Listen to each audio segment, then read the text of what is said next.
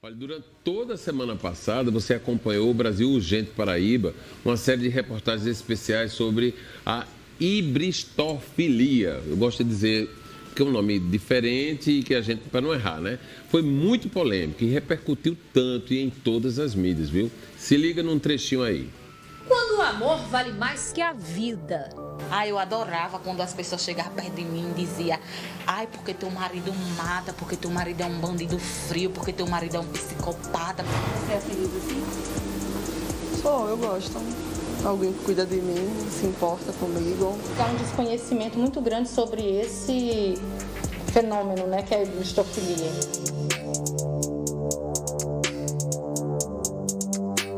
Eu só me vejo como bandida. Mesmo que você tenha cometido crimes, não vou te deixar. Estou com vocês nessa sua caminhada. Vou te visitar todos os domingos. Uma coisa que eu não vivi com ninguém aqui na rua e comecei a sentir e a ter por alguém que estava preso. A gente tem diversos tipos de parafilias, né? E uma delas é a hibristofilia. Eu fui parar atrás das grades por conta dele. Não matava, roubava. E não pensava duas vezes. Olha, a gente pensa que não existe, mas existe. A gente pensa que é coisa de filme, né? A pessoa se apaixonada, né? Mas existe e leva tanta gente para situações dificílimas, né? Cada vez mais complicadas. É bom ficar atento e essas reportagens, essa semana inteira aí no Brasil Urgente com Cacá Barbosa, é importantíssimo para nortear, para poder a gente acordar, né? Dizer aquela, se liga fulano, aí tá ligado. Mas olha, eu estou recebendo aqui hoje a advogada idealizadora do livro que inspirou a série de reportagens que a gente acabou de mostrar o trechinho aí do Cacá Barbosa, né, do programa Brasil Urgente, que é a Érica Bruns. Ela está aqui com a gente. Boa tarde, tudo bom? Boa tarde. O assunto é um assunto bem denso, né? Mexe com a emoção fortemente e a gente pensa que não está toda hora acontecendo, mas está acontecendo, né? É verdade. Como evitar essa paixão pelo ilícito, né? Vamos dizer assim, porque essas pessoas que estão pagando uma pena ou que são bandidos mesmo, são pessoas ilícitas, né? E aí você diz assim, meu Deus, eu tenho um coração tão bom, eu vou transformar. Chega, eu acho, querendo que vai mudar, né? Pensando que vai mudar a pessoa, ou não é? Também. Essa é uma das categorias em que eu classifiquei as hibristófilas. Sim. Eu gostaria de esclarecer que eu sou advogada criminalista e dentro do que você vive, né? Do que eu vivo, eu comecei a observar que existiam mulheres muito dedicadas a esses esposos que eram meus clientes. E tem um caso bem especial que eu conto no meu livro, que é o da Creuza, que Creuza estava reclusa em virtude de ter feito um favor para o marido que estava preso. E ela, muito apaixonada, fez o que ele queria, que era o transporte de uma droga. E, inclusive, eu coloco nesse livro uma carta que Creuza fez para um marido, para que eu levasse em outra penitenciária. E quando Creuza saiu, ela, acredito que com 15 dias, ela já me deu o nome de outro marido. E eu disse, gente, Creuza, você não vai nem aproveitar essa lua de mel? Ela disse, não, eu só gosto de bandido e bandido preso, porque o marido dela estava solto. E foi no ano de 2014 que essa frase da Creuza despertou a minha curiosidade para começar a fazer as minhas pesquisas a respeito da hibristofilia. Meu Deus do céu, é pior do que eu estava pensando, porque você tem uma paixão, você tem um amor, né? Esse amor foi preso, a pessoa já vive naquele sofrimento total. Mas o cara sai e ela começa a ter envolvimento com outra pessoa que está presa. Isso. Né? Quer dizer, é um fetiche quase, né? A pessoa chega e fica ali presa e você não atende mais porque você agora está em liberdade, eu só gosto de quem está preso. Eu tive que sair do campo do estudo do direito. Sim. E mergulhar um pouco na psicologia para que eu pudesse entender o que acontece com essas mulheres, né? E o que é que acontece? Veja só, existe um objeto e uma finalidade, que seriam os órgãos sexuais, e a finalidade seria a reprodução. Sim. Tudo que passa disso é uma parafilia. Entre as parafilias, nós temos, por exemplo, o voyeurismo, pedofilia, são uma centena. Isso. E uma dessas atrações sexuais por pessoas que cometem crimes se chama hibristofilia. Então, é uma patologia que acomete uma parte da população. E você enxerga grande densidade em pacientes com essa característica? O que eu acho importante separar é a questão de que nem todas as mulheres que estão naquela fila para levar a feira e dar assistência aos esposos, elas são hibristófilas. Sim. Porque pode ocorrer que alguém seja casada e o marido comete algum crime e ela continua dando assistência, né? As hibristófilas são essas mulheres que são sexualmente atraídas por esse perfil de conduta desviante. A gente vê muito em filme esses grandes criminosos que têm mais exposição recebendo uma infinidade de cartas. Exatamente né? isso. E é por aí a história, exatamente isso. Então, durante os meus estudos, eu pude perceber que essas mulheres... eu fiz muitas entrevistas ao longo desses anos e aí eu ousei classificá-las, né, em 6 tipos diferentes, porque elas não têm todas elas a mesma motivação. Sim. Por exemplo, algumas delas, elas buscam os holofotes. Então, quando tem um bandido que está na mídia, ela vai procurar se relacionar com ele para ela chamar para si os holofotes. Ela vai ser a mulher do cara. Então, essa foi uma das mulheres que eu classifiquei nessa minha obra. Que é muito interessante, tem tudo a ver realmente. Aí, vamos lá. Homossexualismo nessa situação aí, porque a gente estava falando aqui. Uma mulher que se submete aos pedidos do marido, né? Ou do namorado, ou do amor. Aí existe a mulher que atende os pedidos da mulher, que é o amor dela, e do homem, que é o homem. Também acontece isso? Também acontece isso. A assistência à mulher presa ela é muito menor. E uma grande parte das mulheres que estão reclusas é justamente em virtude da hibristofilia, porque ela vai fazer o que o amor dela pede, ou entrar com droga no presídio, ou fazer outras coisas ilícitas aqui fora, né?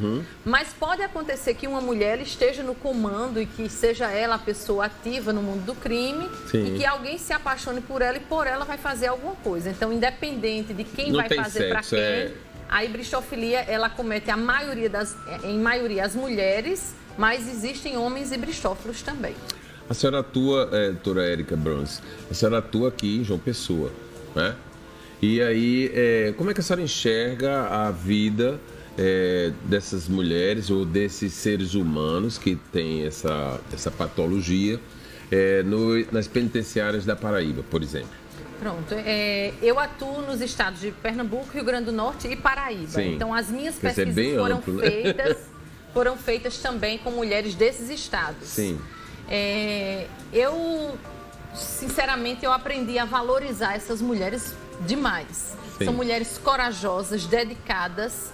E eu até eu costumo dizer nas entrevistas que eu dou que eu até desafio mulheres que amam homens que estão soltos a serem tão corajosas e tão dedicadas, viu? Pelo menos nesse aspecto, né? Todas as semanas elas vão lá, elas fazem aquela feira, elas enfrentam aquela fila, sabe? E elas são ali cobrando ao advogado, como é que está o processo do meu esposo. Então, assim, em virtude dessa atração sexual que elas sentem por elas são muito dedicadas. Mas elas são, em potencial, pessoas que vão cometer o ilícito. Não necessariamente, não, né? Porque existem as passivas e as ativas. As passivas, elas são apaixonadas, dedicadas, mas elas não se envolvem com isso. Elas conseguem ter o freio, né? Sim. As ativas são aquelas que aí, para agradar o marido... Vai mais além. Aí elas vão fazer tudo. Que aí elas vão se sentir realmente completas com isso. O livro já foi lançado há algum tempo? Está disponível também digitalmente? Em virtude da pandemia, não foi possível fazer o lançamento do livro. Mas ele está disponível na Livraria do Luiz, para quem mora aqui em João Pessoa, e para as pessoas que moram em outras cidades, elas entram em contato comigo e eu estou enviando pelos correios. Esse contato com a senhora é feito de que forma? No Instagram, no @Érica Ferreira Bruns. E também tem o @doutora Érica Bruns. Bom, o Érica com K, né? É R-I-K-A, né? E Bruns é B-R-U-N-S.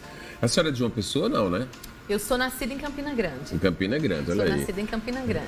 E está atuando em João Pessoa já há algum tempo?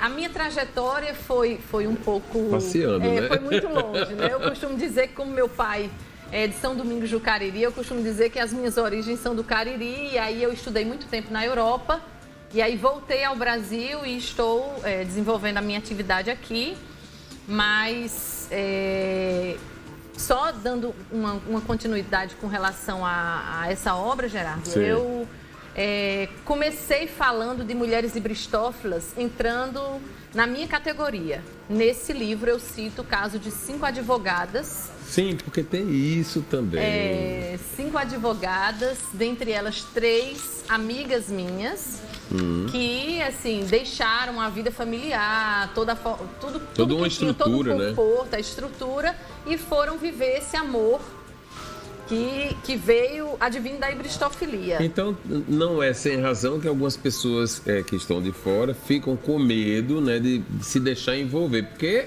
realmente essas pessoas têm uma força muito grande, né? Na hora que cometeram o ilícito e tal, e que conseguem, só pelo que falam, só pelo posicionamento, só pelo que fizeram, atrair, não é uma coisa que a pessoa chegue lá protegida, não. Tem que ter...